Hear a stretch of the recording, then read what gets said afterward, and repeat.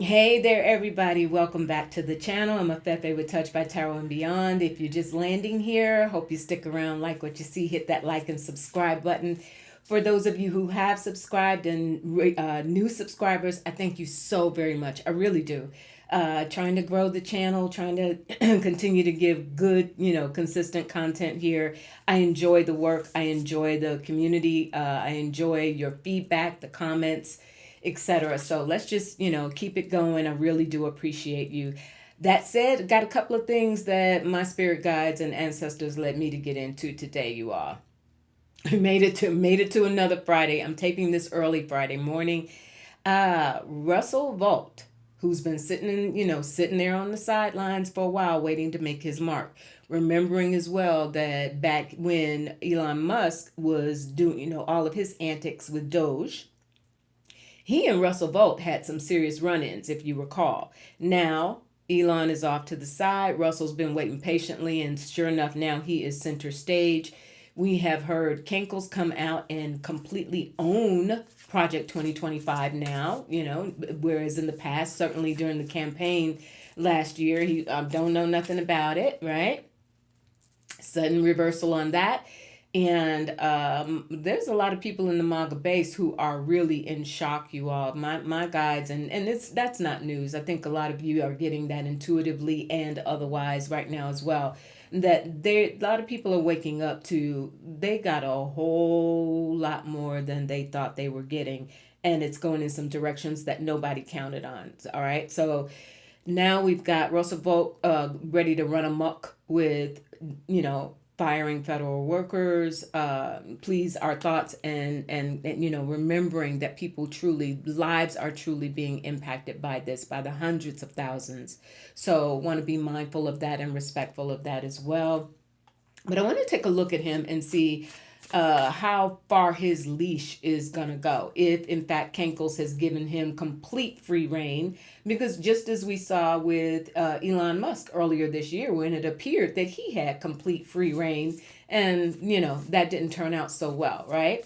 Granted, Musk was not a cabinet member, as but let's see what's going to happen with Russell Vaught's vote. Second thing spirit led me to look at for you all today is who's going to blink first with the government shutdown.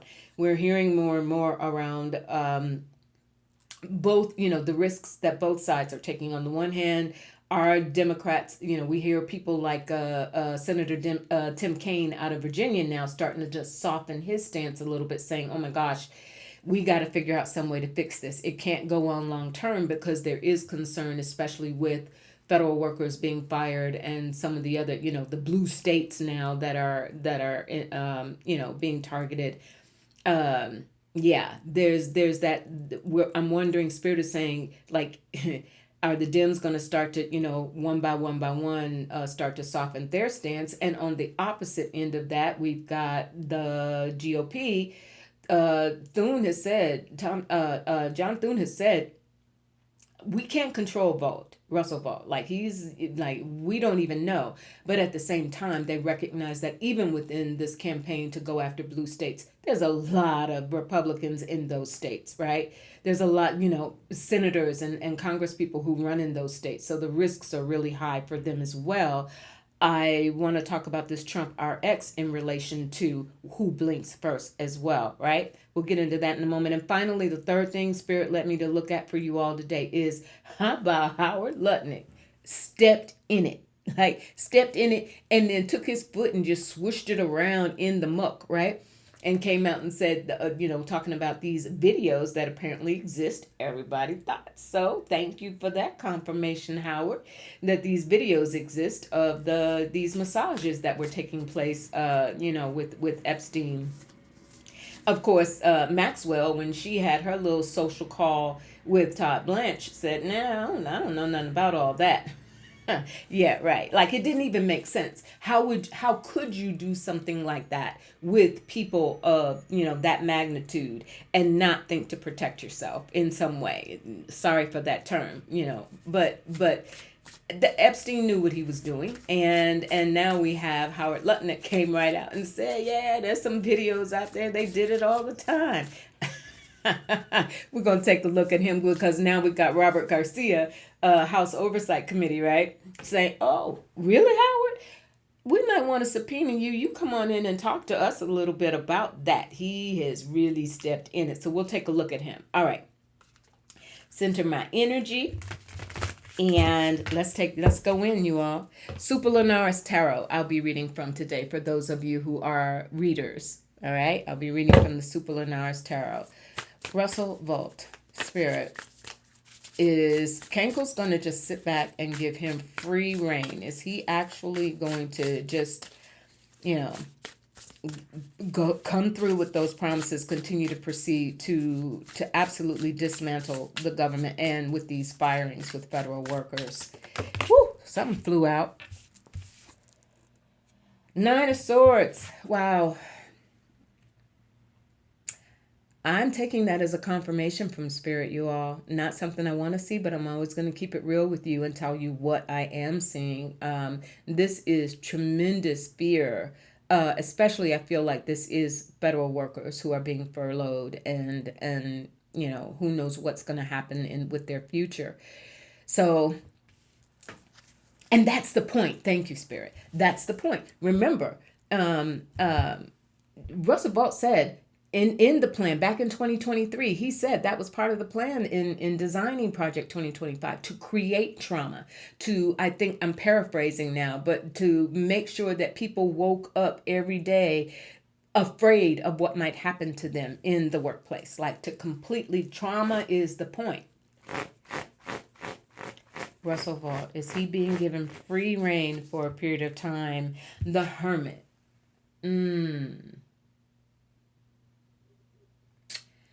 Yes, but this is also,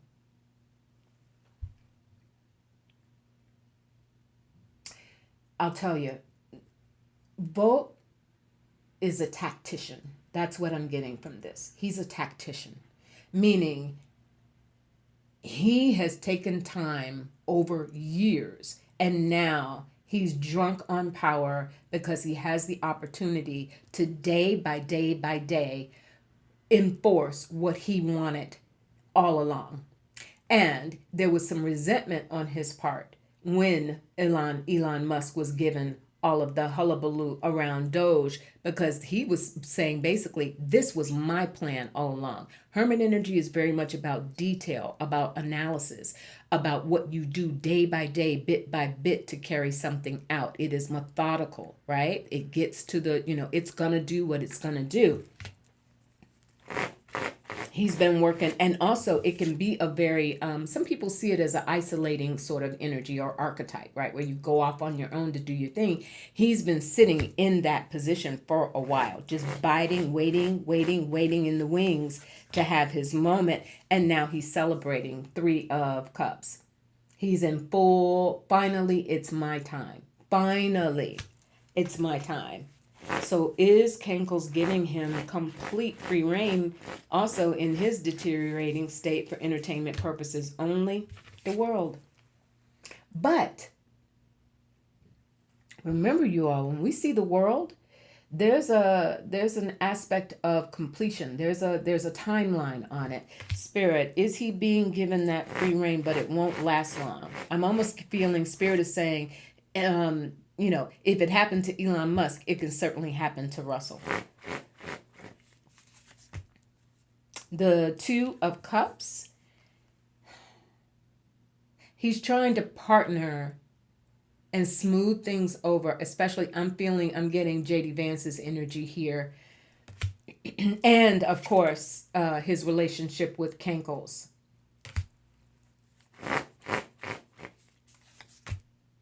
And Justice.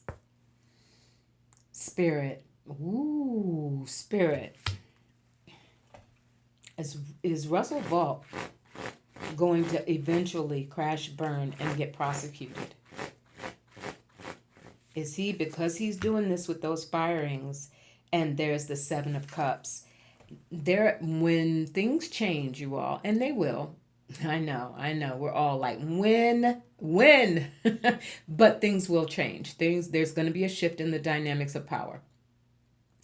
Whether it takes until the midterms, many of you have said to me it ain't going to be that long. It's going to happen any day now. I'm here. I'm all for it. My guides are like, okay, let's do it. But the 7 of Cups is there's going to be I'm especially drawn to at the very top of that card. You see she's got one hand over an eye. It's like they know that they will go after him, meaning the new regime that comes in, they're going to go after Russell. But there are so many ways to do it. That's what Spirit is saying in that 7 of Cups, you all. There's so many different angles they can take because he has done so much. And now that he, not Elon, not Cankles per se, but now that his name is going to be on the stamp of so much of what is happening and is about to happen, he's in trouble. 6 of Cups, exactly. They're going to review everything that he's done while he's there. Because the 6 of Cups is sometimes like, ooh, okay, let me put the rest of the deck down. We got ourselves an answer, you all. They're going to review everything that this man has done. 6 of Cups is a card, for many of you who maybe you don't know tarot that well, is a card, sometimes people call it a card of nostalgia. It's a card of reviewing things, going back to how things were, sometimes happier times. This man truly is taking pleasure in the trauma, but that's not news. We know that this is some really interesting energy, again, for entertainment purposes only, I have to say that. But look what came. The Tower. Spirit has been saying for a while now, especially more and more in the last couple of months, that this whole cadre of bad actors and people who have truly sold their soul to this man, this Cankles, that what they don't seem to, or it's almost like Spirit saying like they skipped a step. Like for all of their planning and preparation, they are so drunk on the probability and possibility of what they see as maintaining their power. We already are hearing about the plans for 2028 and to upend elections, right? Free and fair elections. So they're so drunk on this that they know the illegality and they know the potential for prosecution. They just don't think it'll ever get there. But here comes the Tower. There's going to be such a dismantling, just as it took all this time to put together Project 2025, execute it, get the players in place to do what they're doing. It will come crashing down harder. And here's the 8 of Cups, because the American people, including more and more conservatives, are going to say, I'm exhausted, I'm tired, enough. And that's the break. It's and I will tell you, here comes the King of Pentacles. That's him. That's Vought. I'm in charge of all the, I'm the big dog now.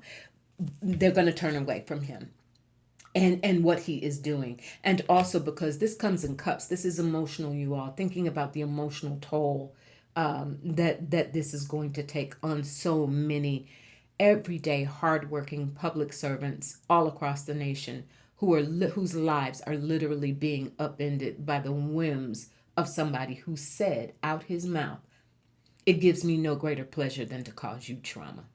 And then you got Cankles finally coming in on the back end of that after all this time of, I didn't really want that. That's not what I said.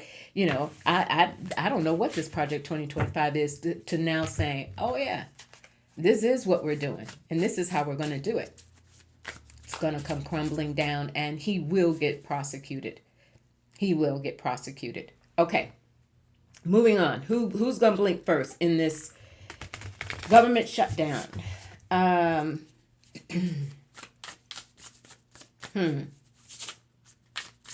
So I want to look at this two ways. What we're hearing is that the GOP side, Thune especially, they're saying, listen, all we want, we will negotiate with the Dems. We will negotiate with you about the Affordable Care Act and the subsidies.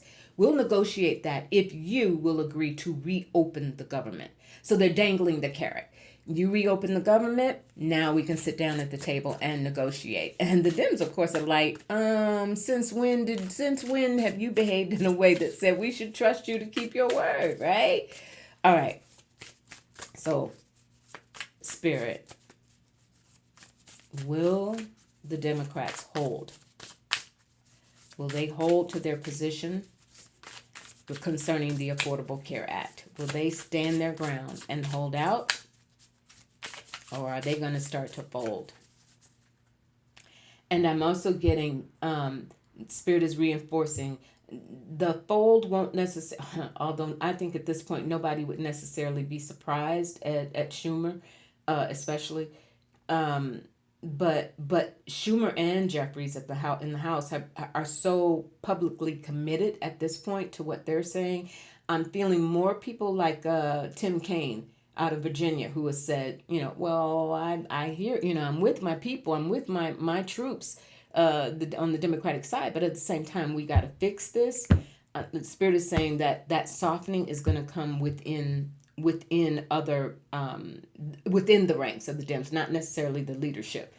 All right, we have the Four of Cups and the World. Ooh, and Justice and the Devil. Ooh, I'm getting all this off the bottom of the deck after I shuffled you all. I don't ignore major arcana when I shuffle and I see. Okay, so this is a solution that nobody's gonna be happy with. Duh, no surprise there, right? Because the tax credits, the cuts one way or another, they've got that locked in. But we have Justice and the World. So this is wanting to bring it to an end, but that third card, and so really both sides, I feel, blinking to an extent, because Justice is a card of balance and it is a card of relationships. And so in the context of this reading, I see that as the balance of the scales between the Dems and the GOP, right? The two of them trying to come to some resolution to end it, the world, to end the shutdown. But look what the third card was there, you all, the Devil. All right.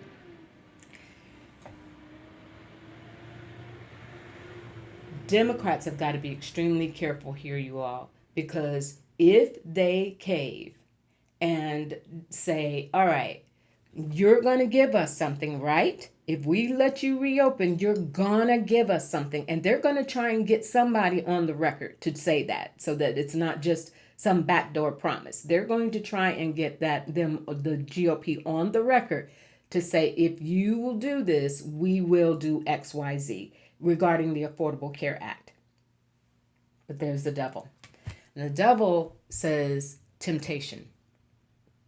The Devil says, I'll make it look pretty just to bring you in, just to lure you in, just to chain you to it, to make you make that commitment to reopen the government. But then on the back end of it,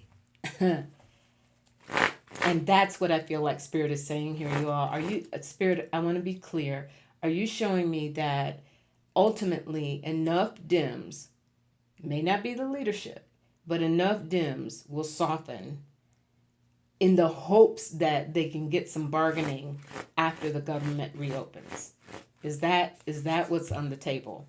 The Fool, dadgummit. The risk that they'll take.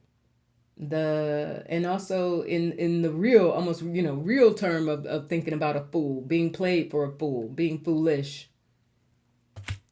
Because, thank you, Spirit, because remember, the deal now with targeting the blue states, right? And already pulling funding for, infrastructure projects, et cetera, in New York, that it's in motion.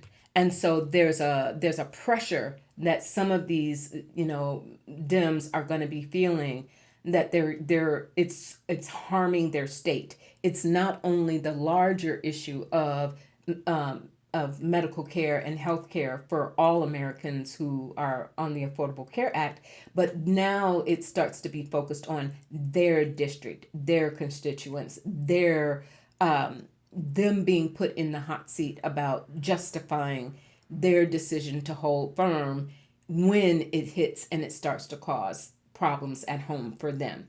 That's the devil. That's what's luring them. That's what tempts them to perhaps take that chance and literally jump off the cliff with the GOP. Now, on the GOP side of it, Spirit is saying, remember, so Cankles comes up with this Trump RX, and because a while back we heard about the big pharma and the tariffs, right? Tariffs on medications, tariffs on the drugs from these drug companies. Okay, so he starts striking a deal with Pfizer. I understand that Eli Lilly is in talks as well. I'm not quite sure what the outcome of that has been so far, but here's the deal, you all.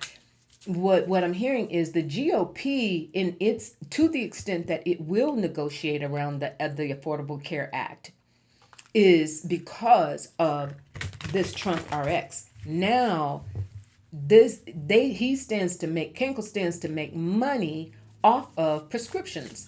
Much of this, in the ACA, who's writing the scripts, or who are the patients that are getting the scripts written for? Medicaid, right? Not all of them, of course. I don't mean to overgeneralize, but you get my drift, right? That's a lot of money on the table for the medicines that people will need. And if you shut it down, or if you make it so unaffordable that people then can't get the care and can't get the medications, then you're not making money. That's what I'm getting from the guide, you all. What is, so that would be an impetus for Cankles to put the word out to the GOP. Okay, here's it is time to negotiate on that end, and here's how we'll do it. Not caving, not giving. They've already said it won't be a complete sustaining the program as it is. There's still going to be some kind of cut, some kind of way, but to the extent that he makes money off of it through through medications, through pharmaceuticals. Spirit. You saw me shuffling, and here's my Ace of Cups at the bottom of the deck. If you've been with me, you know as a reader, when I get aces, and many readers do consider when you're asking a question and you get an ace in relation to that, it is a yes. I'm done. I put the deck down. Ace of Pentacles. That's the actual medicine. This is the flow towards the monetary flow. And so that's going to be the key, you all. To the extent that we see some sort of pliability is the word Spirit is giving me. Pliability on the part of the GOP regarding the Affordable Care Act. It will have something to do with the fact that the pharmaceutical end of it, and that Cankles and company have figured out, they're going to profit off of it, point blank. Because these big pharma made the deal so that they could avoid the tariffs. That's what's going to happen. That's why they would be willing to do something around the Affordable Care Act, because he'll make money off of it. And he's going to tell them to wiggle it just enough so that people are receiving some form of care and being written prescriptions. All right. Last thing, you all, Howard Lutnick. And he's an interesting character anyway, right? He loves to, talk his talk and swag his swag, like in such a twisted manner for entertainment purposes only. That's how my guides give it to me, and how his energy presents itself to me. What an interesting player. But he came right out and said, yeah, Epstein was the biggest blackmailer there ever was. And what did he use to blackmail? Powerful players who dealt with him. There was some videos, and when they went and had those massages, somebody was pressing record, right? Now we've got, and again, the response has been, what? Okay. Well, we're glad you brought that up. Let's talk about that, because again, Maxwell just absolutely her. She was like, what videos? No, I don't know nothing about that. No, nothing about. All right. Well, she sits and, I don't know, plays shuffleball or whatever it is she's doing at that new facility. All right. So Robert Garcia has come to House Oversight Committee. ranking member of the Dems in the House Oversight Committee. Most of you know that. He has said, all right, come on and talk to us, Howard. But he's got to get approval for that subpoena. I want to take a look and see two things. One, is he going to, will Howard Lutnick be subpoenaed and testify to Congress about his, the star they're going for? Ooh, and the lovers at the bottom of the deck after I shuffled. Again, I don't ignore major arcana at the bottom when I shuffle. So there's a distinct possibility he's going to have to testify, but he's going to be two-faced about it, because he wouldn't be the first person to testify in front of Congress and just come up with, like whatever, just say whatever he needs to do to get through the process, right? But I'm not going to, again, major arcana, that strong energy. It's going to take a while. Because right now, I get it. Because right now, so much focus is going to be put on the shutdown and whatever resolution there is around that. Because the star will upend some things or progress things, but it also takes a little time. It's something that you have to work. Sometimes you have to work toward it and put the things in motion. And this is also agreement that that even though Robert Garcia is rightfully so, calling for Lutnick to be subpoenaed, he's got to get some buy-in for it in order for the subpoena to be issued. That takes time. That takes cooperation in that lover's card and decisions about it and decisions about when to do it. Decisions about when to do it. Yeah, King of Pentacles. In this instance, I feel like that is, I almost said Lutnick, but no, that's not Lutnick. That might be Robert Garcia. And because the King of Pentacles and the Knight of Swords, yeah, this is Garcia. A little younger. He's going to keep his foot on the gas around that. But again, it's going to take some time. And in the meantime, what the other part of that I wanted to look at is he being reprimanded? Just like we know, Cankles has not been happy with Pam Bondi. So, he's gone and gotten some people just off the street, like, tag, you're it, go prosecute these cases for me. Is Howard Lutnick going to be sidelined? Commerce Secretary Howard Lutnick, is he going to get sidelined because of this? Will Howard Lutnick get sidelined? Is he going to start to get squeezed out from that inner circle because of this? Oh, I just heard he's not really as tight in the inner circle as he would like to believe, and that's one of the reasons why he. Woo! Okay, thank you, Spirit. That's one of the reasons why he did this, because he wants to be. He wants that spotlight. We know he has never turned down an interview. Howard Lutnick. He's never turned down an interview. Loves the spotlight. Loves to talk his talk. And there's the King of Wands. That's him. That he's full of ego and loves to show off and all of that. So he did this because he was not being given the airtime and he was not being given the attention and he was not a part, of that tight knit inner circle that he has wanted to be in. He's been kept a little bit to the side. 5 of Wands, conflict. He's not liked. He's too brash. He's too know-it-all. He's too, you're talking about all of these characters whose egos are now, in the stratosphere someplace, and he's trying to get in there and elbow his way in. Where do I fit? And they've been like, dude, sit down somewhere. We got this. 8 of Wands. He wanted and needed and tripped himself up by the pure desire to be seen and heard. And even if that meant saying something that was controversial in that way, and that could be harmful. And now, is he going to be sidelined? He bit off more than he could chew. 9 of Wands. He already wasn't liked. He already was not really a part of the inner circle. So yeah, he's going to get sidelined. But until, talk about wanting to be in the spotlight, until and unless and until they get him in front of Congress. And at that point, he's going to be embraced and brought further into the circle because they're going to try and rehearse him to clean it up and try to, make sure. Because the one thing that, even though they got all that information from the Epstein estate, they didn't have the tapes. Where are the tapes? Where are the tapes? That's the question. We'll look at that another day. Spirit is like, bring that in a little bit. All right.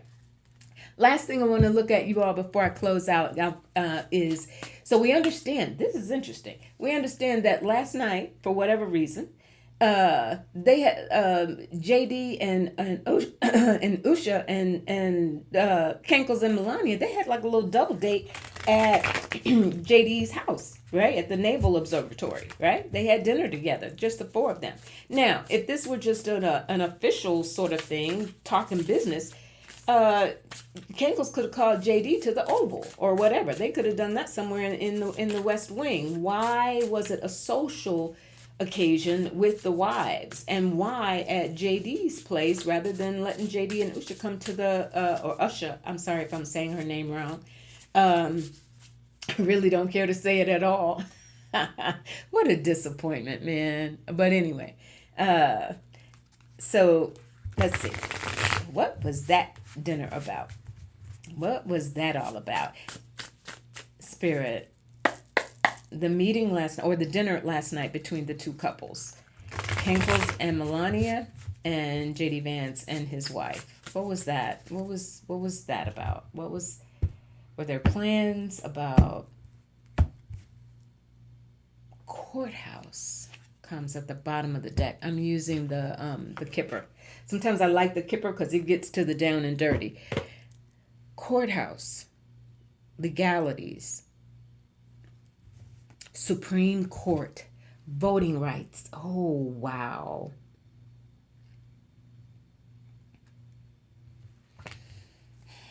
They are really concerned about this 2026 midterms, you all.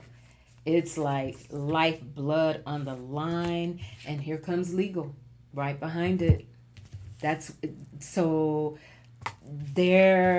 two things are happening. One, there is a concern about when this stuff starts to go down, and all of these bad actors start to get indicted, right?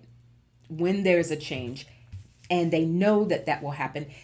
Cankles has already said if the House goes back over to the Dems, he knows an impeachment is coming. Like, it's already, the writing is on the wall for that. So they talked about how to prevent that.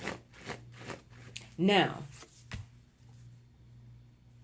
I get starseed. They also talked about, I think that Cankles is playing into JD's ambitions for lining him up for 2028.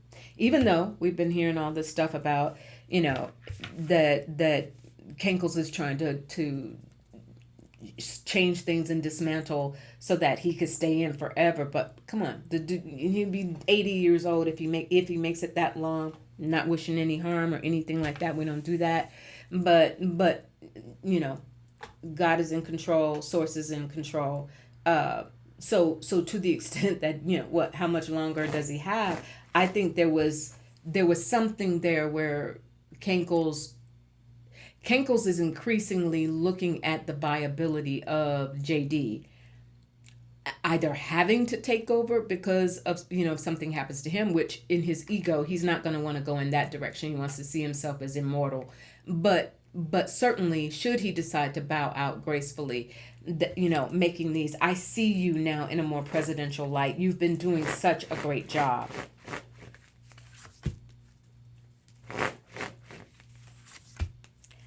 Blocked and a child.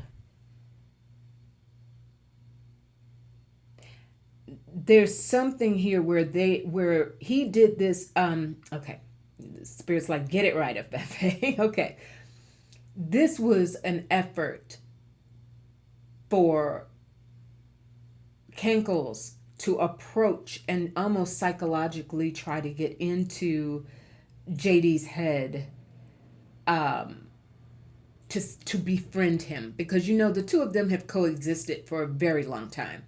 Talk about a man who thrives on retribution and who nurses grudges forever. Cankles is all too well aware of the things that JD said about him in the past before he was chosen and before Cankles was forced basically to choose him as his running mate, right? This is a man who lives on retribution.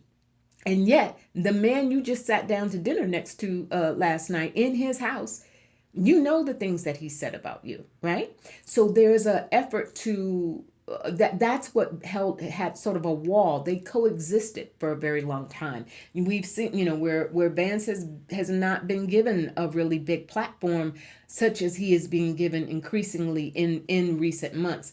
That's what happened. Cankles wants to bring Vance in a little closer under his wing. Not, I see that child not so much as a father figure for sure. Like, has he been a father figure to his own kids? But